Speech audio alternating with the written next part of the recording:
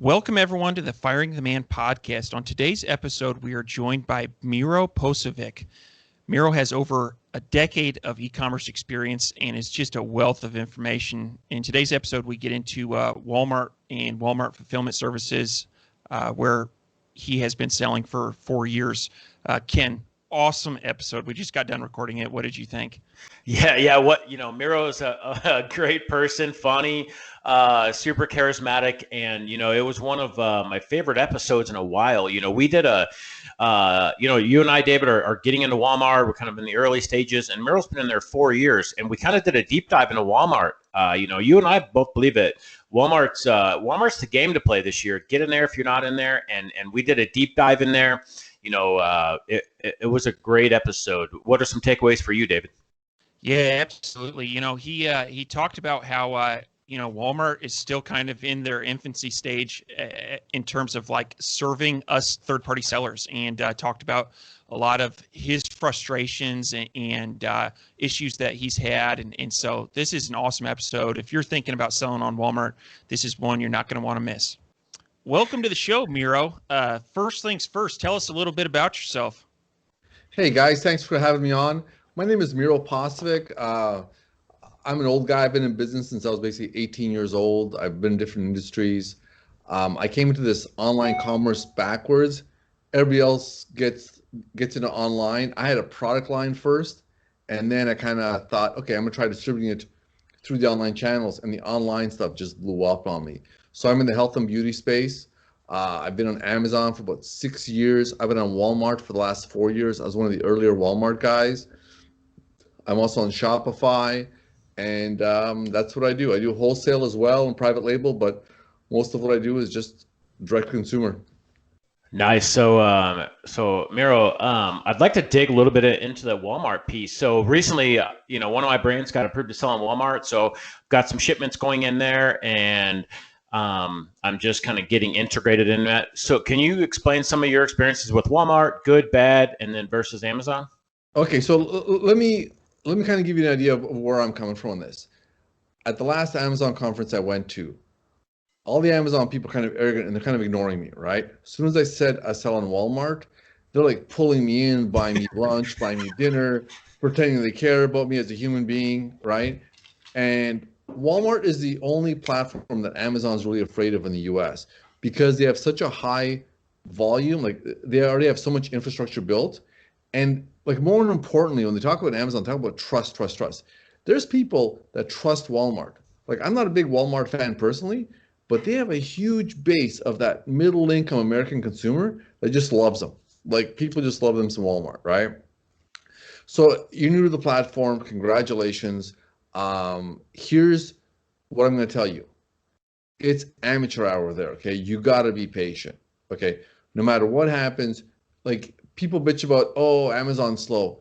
Dude, you will send a request and you'll get a response a week later, okay? Like they're just really slow. When you see some, meth head looking guy on the loading dock in Walmart, okay?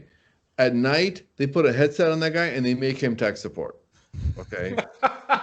So I'm telling you that it's the wild, wild west. It's amateur hour, but it's good because it presents an opportunity, right? Like this level of complexity and difficulty creates a barrier to entry for your competitors. Like yeah. I was part of an initial cohort of people that got onto Walmart early. I'm telling you, 80% of them were like, screw this, screw Walmart. We're going to go back to Amazon where it's easy. We know what to expect. So that difficulty is a barrier to entry, which is good. So my advice to you is have a 6-pack handy or a bottle of wine, whatever your preference is, and just understand that they're learning and they're building as they go as well. Very nice. Very nice. So I want to talk about, our expansion plan in 2020. We went on to eBay and went on to Etsy. And really the barriers to entry there weren't very high from an inventory standpoint because we could drop ship out of our Amazon inventory. Now, as we move towards expanding onto Walmart, one thing that initially we thought was we're going to need to build a relationship with a 3PL. And recently we learned about Walmart fulfillment services, and we know on Amazon, right, they give preference to FBA inventory, right? You know, you get that Prime badge, your conversion rates tend to go up. And so what has been your experience on Walmart as it relates to either using a 3PL or using that Walmart fulfillment service? Okay, so I'm gonna give you a couple of cautions and just kind of show you my experience. Okay, we have a 3PL we work out of here based in Florida. I'm in Florida. I had a 3PL problem. I had a 3PL out in Utah, and they had a fire, and I ended up having like $1 million of inventory just stuck for the last year on that. So by some miracle, I was able to kind of get through that. So my first advice is get a 3PL that's close to you if you're going to get one, right? If there's a problem, you get in your car and you go and you deal with it, right? So I got on Walmart using my 3PL, and we offered like 2 tiers of shipping, the regular shipping and the second day FedEx, which is expensive, right? When we went to second day FedEx, our sales jumped up like 30-40%. So here's the order of priority. Priority number 1, offer that second day FedEx. I mean, you got to jack up your price, you got to eat it, but that second day FedEx is going to make the difference, okay? That's level 1. Level 2, get on Walmart fulfillment services, okay? The good thing, and if you're on Amazon, Amazon is limiting your replenishment stuff. Just like right now, we're in the process, like as we're talking, of saying like 80,000 units into Walmart fulfillment services. There's no limit. There's no like real hazmat stuff. You send them an order, and you actually get an email back from some guy like, hey dude, yeah, we'll take your stuff in. Like it's real amateur hour. But I would say like our sales, one of the reasons that I got on Walmart, like Walmart's been kind of up and down for me for the last 3-4 years. And back in October, we went from the 2-day, okay, so I went from 2-day over the summer, and then went to the Walmart fulfillment services, right? Our sales have more than doubled every month since October. Like we're actually projecting Walmart to beat our Amazon by March. Very nice. So as a follow-up to that, do you think going right into Walmart fulfillment services is the move, or do you think it's going with a 3PL and then getting into WFS? I would absolutely recommend going to Walmart fulfillment services. Like when you go on all the Walmart group posts and all the Walmart things, okay, what they're doing is everybody's bitching, delivers this, delivers that. I think Deliver's overwhelmed. I don't think they've got the infrastructure to do what they got to do. Like they have a good deal on the FedEx thing where you're paying like $3-4 a package. I'm paying $8 a package. Like my stuff is little, right? That's my stuff. And I'm paying $8 for a second day FedEx. So I would say your move right off the bat, if you already have, like we use a 3PL for our Shopify fulfillment. So we're able to activate our entire product catalog basically in 5 minutes, right? But what we're doing right now is we're doing in order of top sellers. So right now we have our 4 top sellers in Walmart fulfillment, and it's trucking. I call it Walmart FBA, but it's, you know, like you can't get these words out of your head, right? I call it Walmart FBA. Yeah. But I think Walmart's the opportunity. I think Amazon's the opportunity. Something else I tell people too, because I'm in health and beauty, and you guys all know that Amazon's just a bitch. They're like someone say, "Oh, my bottle was open." It's like, no, your UPS guy threw out a truck at 80 miles an hour. Then they'll mark it as used, and all of a sudden this product gets marked as inactive and blocked, and you go all this crap, right? Walmart doesn't care. They're just putting it on there. Like we don't get stuff removed from Walmart. It's awesome. Nice. So Miro, so right now I'm on the wait list for the WFS, the Walmart FBA, Walmart Fulfillment Services. So whenever you signed up for them, was there a wait list for you, or did you go right in? I know you mentioned, right now it's kind of the Wild West on Walmart, and just trying to look at like, did it take a month to get on the wait list or what? Okay, so we got approved for it in March or April of last year, and we were able to send shipments in October. So I'm going to suggest fulfill out of the 3PL for now, and make sure you do that 2-day shipping, because I'm telling you, it's not like it's a 10x difference between the 2-day shipping and the UPS, like the El Cheapo shipping. It's a big difference in your sales. Yeah, that's the highest on my priority right now is to get that. I think I'm using Deliver, and I think they call it the 2-day tag or something. Right. You're saying you saw a 30% increase once you enabled that?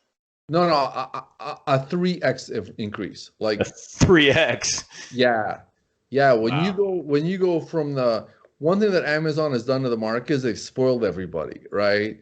Like people order stuff and they expect it. Like in the bigger cities, like they get their stuff in a couple hours. I'm in a small town in Florida, and I order stuff on Amazon Prime. It's there the next morning, Yeah. right? And people have that expectation now. Right. Last bit on that is so for the FBA sellers that are listening, can you describe the Walmart fulfillment services, and is it close to FBA in terms of like creating shipment, shipping them in, that kind of stuff? No, it's really not. You know, it's weird because you think they'd be better at it, but basically you're creating a packing slip label for the box, right? You stick that on the box, and then you got to do your own UPS shipping. You buy your shipping through Shopify or whatever, buy your shipping. You put it on the box and you go in there. I mean, it's not as slick. Like Amazon's really got theirs dialed in. Like you can sit there and you can like ship 100 boxes and just hit 100 boxes, case, whatever else, and boom, right? With this, you got to do all the Walmart shipping labels first. Then you have to go by hand and do all the actual shipping labels. So it's an extra step process, and it's clunky, but it's, it is what it is, right? Sure. Now that helps. David, over to you. So I want to talk about the stereotype of Walmart, and as a little bit of background, I sell, I would say, premium products. There's a saying, keeping up with the Joneses. Well, my target market is Mrs. Jones, right? Someone who just likes expensive, and Okay. and I'm happy to sell them that expensive shit. And so, I live in small town Missouri, and if I and I'm not ragging on Walmart, but if you look at the typical clientele in Walmart versus say like a Whole Foods, it's a different type of person generally. And so, do you see, with Walmart online, is that stereotype following, the brick and mortar Walmart stereotype? Is that translating to the online space? And also, I just want to like confirm, like, am I way off on my interpretation of Walmart? Like, is that the same thing in your area? Walmart here is sketchy as hell. I Okay. mean, you walk in and like one night I had to go get some milk or something late at night because I want to have it for my coffee in the morning. And, there's some cashier asleep in a booth in the corner, and like there's sketchy people selling drugs. No, no, it's so you're saying, hey, Miro, my demographic is this yuppie consumer, right? Yep. And the answer I'm going to have for you is there's a lot of people that like Walmart, and I don't know what it is, but I will tell you this: my top 10 selling products on Amazon are completely different than my top 10 selling products on Walmart. Completely different. I sell stuff on Walmart that I've never sold on Amazon. It is just a different consumer. I'm going to say generally probably the lower end. Now, nothing that you'll hear a lot of pissing and moaning on the groups is about returns, that Walmart returns are higher, okay? Our website returns are super low. Like for our industry, we have a very low return rate, right? Because I'm in supplements and stuff. On Amazon, it's lower on the website. My Walmart returns are higher, okay? Now, Walmart's doing a very smart thing is they're offering people returns no matter what. Now, as the seller, you're kind of screwed on that, right? But what happens is they're building trust with the customer. And that's a good long-term strategy. That's one smart thing that Walmart is doing. They're not pissing off the customers because it's a new platform. Like 45% of the people that buy on Walmart.com have never bought online before. And just chew on that for a little bit, right? That means these people have never bought shit on Amazon. They've never bought stuff off a Shopify site. Like this is a new experience for them. So that level of trust is huge, right?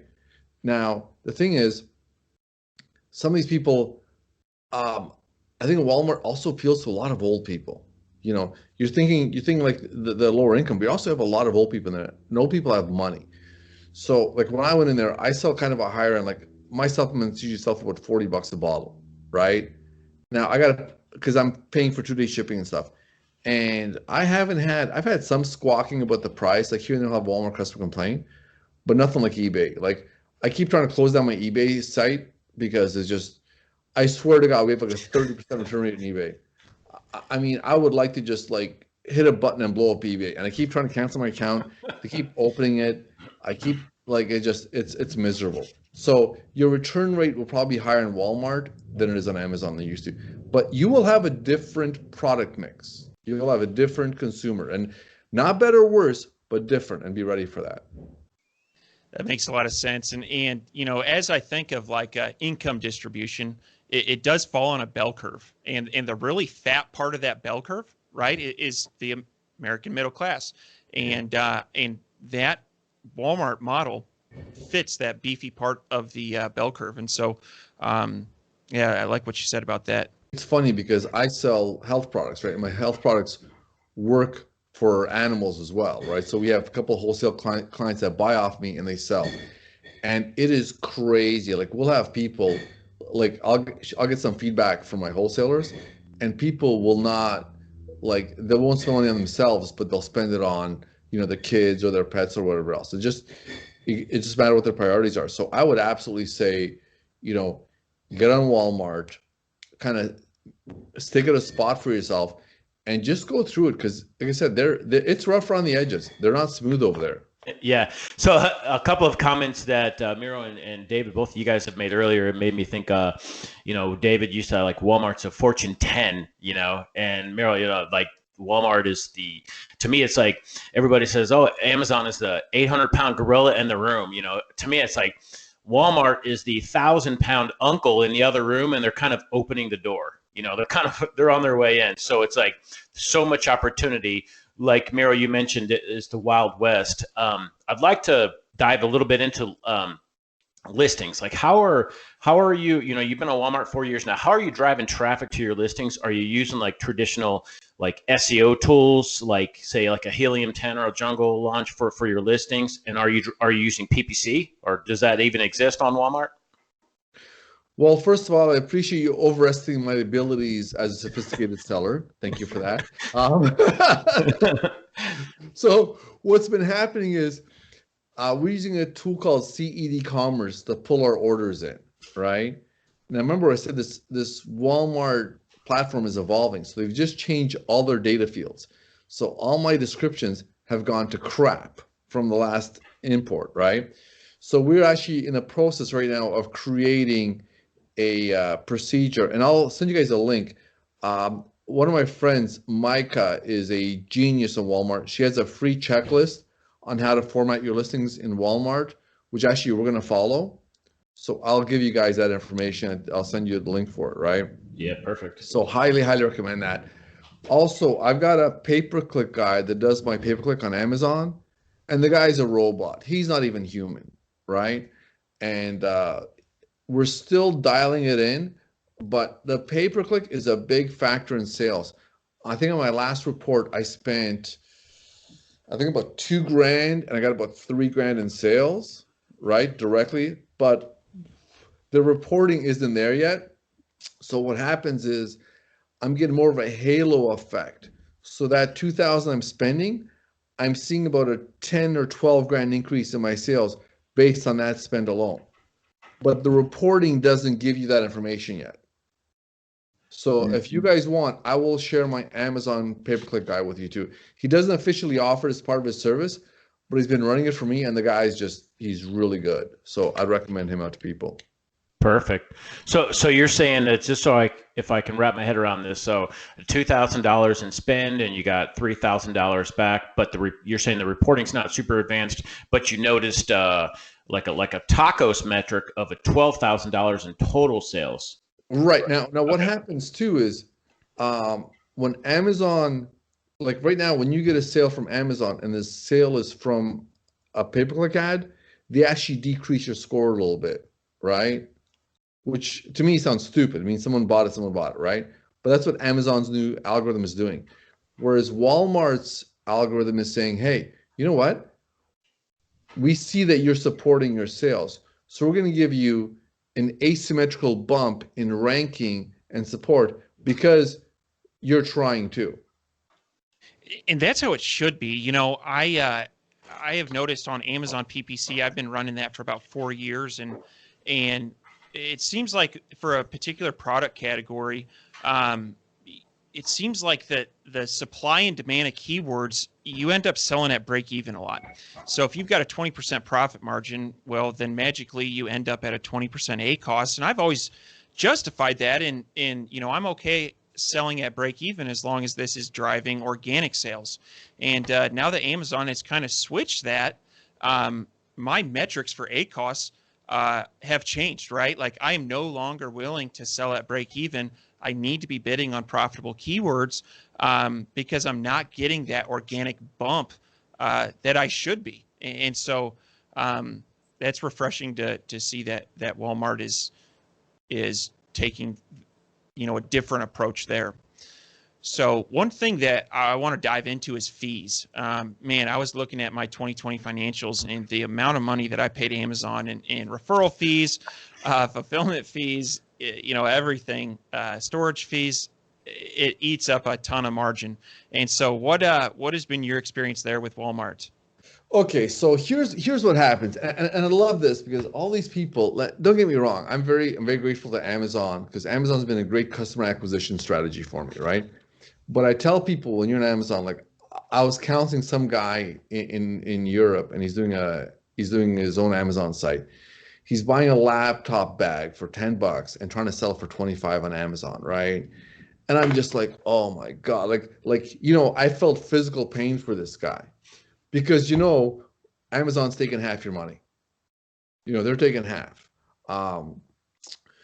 We did the fees number really strictly on terms of Walmart, and I think on a $38.99 item, I get an extra 60 cents on Walmart than I do on Amazon. Now this is exclusive of pay-per-click, not including shipping. I'm talking just pure sales fees, right? So the Walmart fee is a little lower. But what I find is when I get, like, if I get a certain sale, let's say I got a $20,000 sales number on Amazon, right? I'm getting a check for half that. Like, there's no way I'm ever getting a check for more than half that. That's been my experience. On Walmart, I'm going to say on that same 20 grand, I'm getting probably 13 or 14 grand more. Now that's still, you know, there's still some gray area there because we're selling some out of our own warehouse and covering our own shipping. So there's some gray area there, right? But I do think that Amazon's heavy on the fees. And one thing that I noticed too with Amazon is they're still in the process of squeezing the little guys, right? Like I met a bunch of guys in Amazon that were doing clothing, right? And one guy was doing like 8-9 million a month in clothes, and his net was nothing. By the time he paid for returns and everything else, this guy was making a good living. But I'm thinking, oh my God, if I was doing 8-9 million a month, you know, I'd be dancing naked in the street, okay, and I could afford bail money. Like, are you kidding me? Like, are you kidding me right now? Yeah, I'd be one of those guys. I'd be one of those guys with the picture of you know, with the Bugatti in front, saying, "Yeah, this is life," right? But no, it's crazy. Yeah, it's you know, Bezos' saying is what your margin is my opportunity, you know.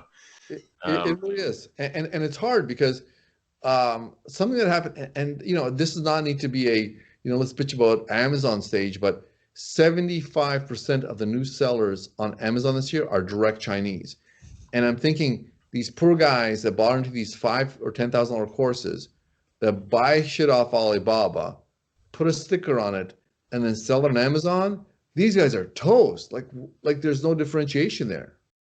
Yeah, I definitely agree with you. It's game is changing, you know, and definitely see you know, Walmart opening up some competition. I think you know, for sellers like us, I think it's good. It's good to have Walmart kind of scaling into the space, and you know, hopefully it'll yeah, be a better opportunity for us. Now, Ken, let me throw something else at you. And your question originally, which I rambled off, but I did not forget, was you asked if I do any advertising inside and outside of Walmart, okay? The biggest opportunity people don't understand is when you search for something, right? On Google, one of the first things that comes up is a product that Walmart is paying Google ads for, okay? So why would you pay Google ads when Walmart is doing it for you? Yeah, I agree. That's a tremendous value that Walmart is providing to its sellers that Amazon does not do anymore, right? And not on that level. So what's happening is you've got that ability to create a lot of visibility for your product. Yeah. I'm going all in on Walmart in 2021, getting both my brands in there. I think it's a massive opportunity. Um, any other highlights of your experience selling on Walmart versus selling on Amazon that we haven't really hit on? One of the biggest things that I'm going to tell you on Walmart, first of all, be generous to return policy, good customer service, the usual stuff, right? But be diligent with it because I got banned on Walmart for 6 months because what happened was I was putting in tracking numbers on orders and their system had messed it up, right? And I wasn't paying attention to it. And all of a sudden, my order defect rate went to like 100%, late deliveries, because they didn't have the tracking number properly.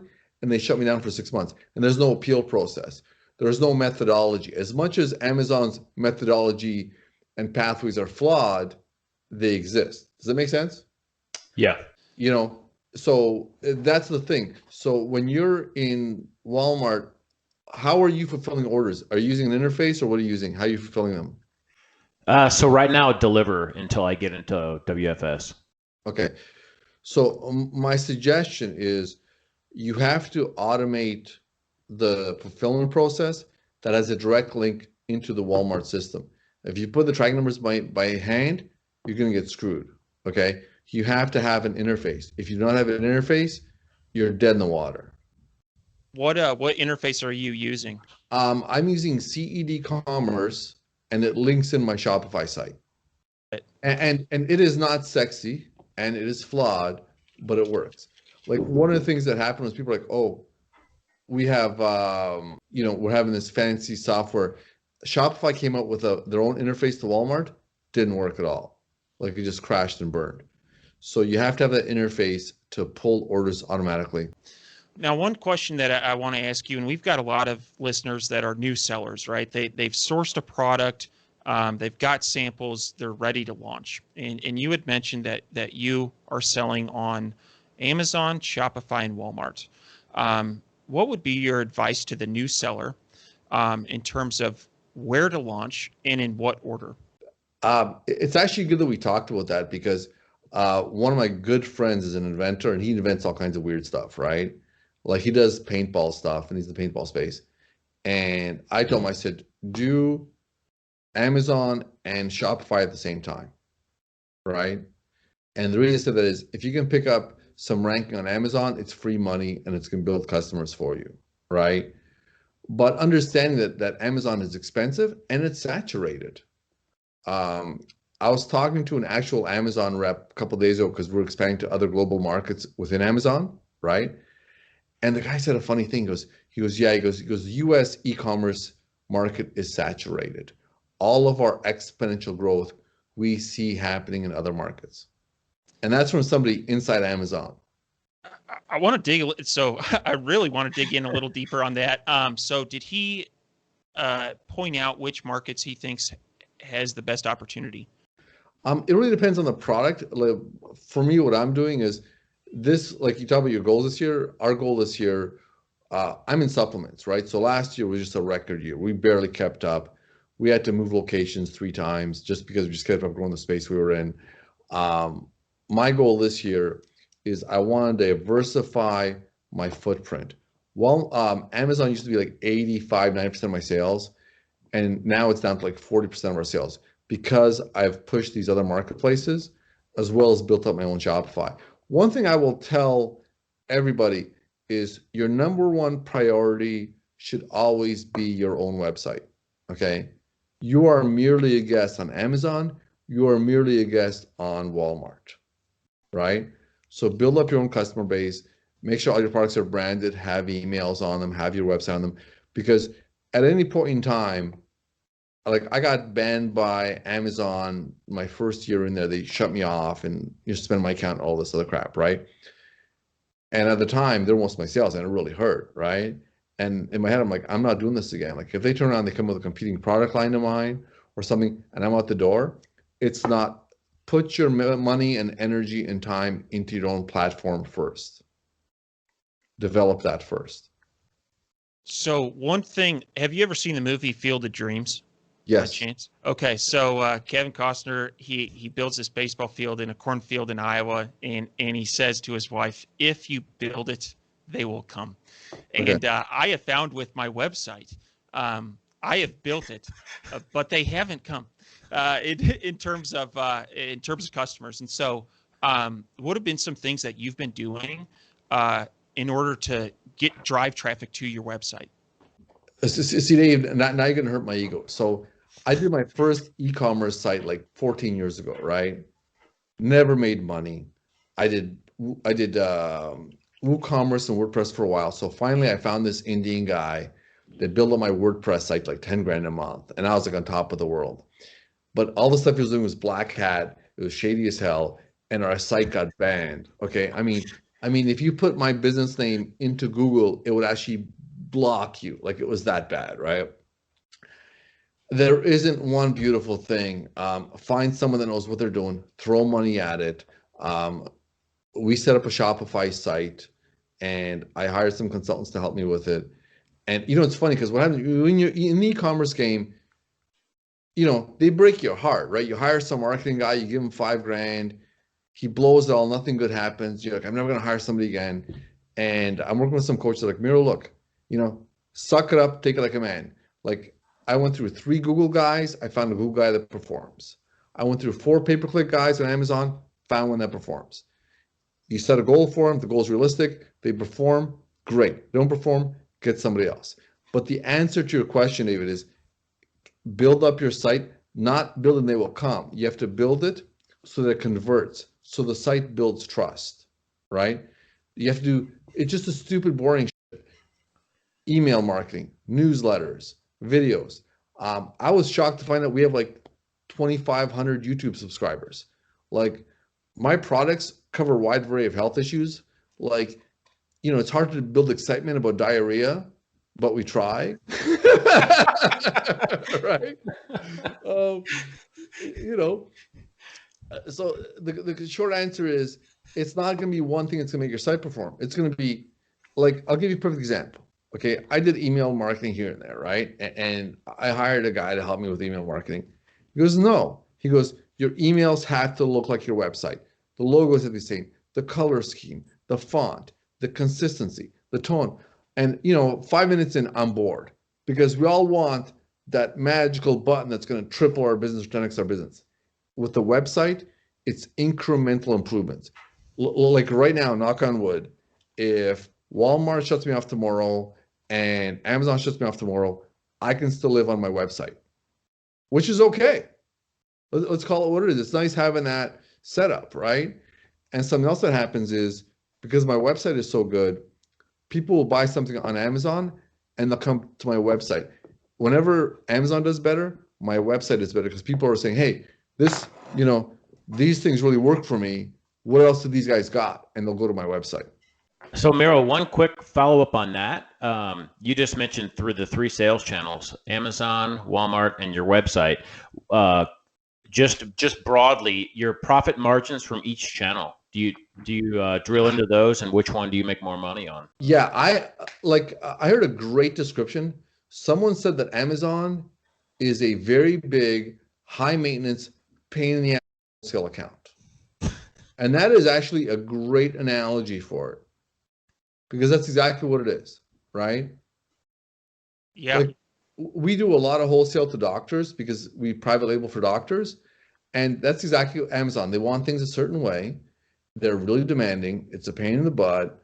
And that's how they are. So I would say in terms of profitability, my website's obviously the most profitable, right? I got my cost per customer acquisition down to like $7 to $9, depending on the month. right? Now you figure my average product sells for $38.99. I mean, that gives me a good margin, right? Because I'm a direct to manufacturing agent, so I've got a lot of room in there. So my number one profit margin obviously is the website, right? Next is Walmart, and then Amazon, and then my wholesale accounts. But in terms of profitability, website all day long. Nice. Yeah. Love it. That's where, yeah, we put a ton of focus into that. And I like how you mentioned it's kind of, there's no magic button. Everybody is looking for a magic button, a magic elixir to drink, something, but incremental steps, little by little, a lot of hard work. They add up in the end to a lot. And look, I'll be honest, like I love the good ideas. I love the flash. I love the excitement. And that's not what does it. You got to find some really, like one of my team members, she has a degree in mass communications. Will sit there, like right now, she's redesigning our blog posts, right? So she's created like a 40-page step-by-step document on how the new blogs are to be laid out, how the keywords are put in, where the videos go. Like 2 minutes into this conversation, I'm like, someone just shoot me. You know what I mean? Like, remember when you were a kid and the teacher put on the overhead projector, and as soon as you heard that sound go, you were out like a light? That's what this is for me. But if you won't and you can't do it, you got to throw money at it. Yeah, definitely agree. So Miro, having you on the show has been excellent. Before we get into the fire round, you got a ton of experience in e-commerce and in brick and mortar. And so are there any, what would you tell a younger Miro, like everything you've learned over the last couple of decades in retail and e-commerce, what advice would you give to yourself if you were just starting out again? I would say leave your ego at the door. If you are unwilling to do the work to get this on a level, you have to hire somebody. When I started in this like 12, 13 years ago, Google ads were cheap. But right now, the level of sophistication that you need to do to run an effective ad campaign is huge, right? And are you going to spend that much time and energy? Like when I first started with Amazon, I was doing pay-per-click. I was like, oh, I'm gonna master this. You can't master it. The rules change every day. My pay-per-click guy, when I first hired him, over the course of like 8 years on Walmart, I don't even know how long. On Amazon, I created like a couple hundred campaigns. This guy and his team created 3,500 campaigns in 4 days, and within 3 weeks had whittled it down and brought my ACOS, so now it's ROAS, down like to a third of what I was spending with like 5 times the results. So my number one advice to anyone that's in this is develop a basic understanding of what you're doing, but bring in proven experts, right? And you're going to get screwed. You're going to find some guy that talks a game and you're going to write him money and he's going to screw it up, and you're not going to go home and cry, right? You're going to say, okay, this guy was a clown, try the next guy. And that's my number one advice to anyone that's going to this business is as soon as physically possible, bring some experts in and pay them. Excellent advice. So David, any last minute wrap ups before we go into the fire round? No, let's get to it. All right. So Miro, we've got a couple questions here on the fire round. Are you ready? Sure. All right. Well, what is your favorite book? My favorite book is actually a play called A Man for All Seasons by Robert Bull. Okay. And it's about Sir Thomas More. And basically it's about a really, really stubborn guy. And the whole world is burning around him. And he's like, this is what I believe. And I'm going to find a way through this maze of bullshit to get where I want to go. Nice. I like it. He dies in the end, but you got to respect the effort. All right. Well, thanks for the follow up. All right. What are your hobbies, Miro? I like cycling. My big thing is traveling. I didn't vacation for 20 years, and now I spend like a third of my time on vacation. I was in Europe twice last year. Even with the pandemic, I don't give a shit. I don't care. I love traveling. I got my boys overseas now. We used to go over more. I got family and friends all over the world. So yeah, I love traveling. Excellent. Last one. So what do you think sets apart successful entrepreneurs from those who give up, fail, or never get started? Persistence. I used to be a computer guy, and I like to think I'm a pretty smart guy, and I'm not successful and resilient because I'm smart. I'm successful and resilient just because I'm just a blockhead and I just don't give up. And being smart gets in the way. You think you can do it, you think you can figure it out. No, being persistent. If you want to be successful, you just have to be persistent. Like, that's it. Just be a blockhead. Just do not run blindly forward. One of my really good friends, not the sharpest tool in the book, and this guy took his house, he converted a 2-car garage into 2 efficiency apartments, and this guy is living for free because he's renting out his garage as Airbnbs. Like, the guy has no sophistication, and he just gets it done. He just does it. Yeah, I like that advice. Excellent. Well, Miro, really good having you on. The conversation was excellent. Tons of value. Walmart's, new on the block, and yeah, just a really good conversation. David, you want to wrap it up? Yeah, Miro, how can people get a hold of you? They don't, man. I don't want people calling me. What are you talking about?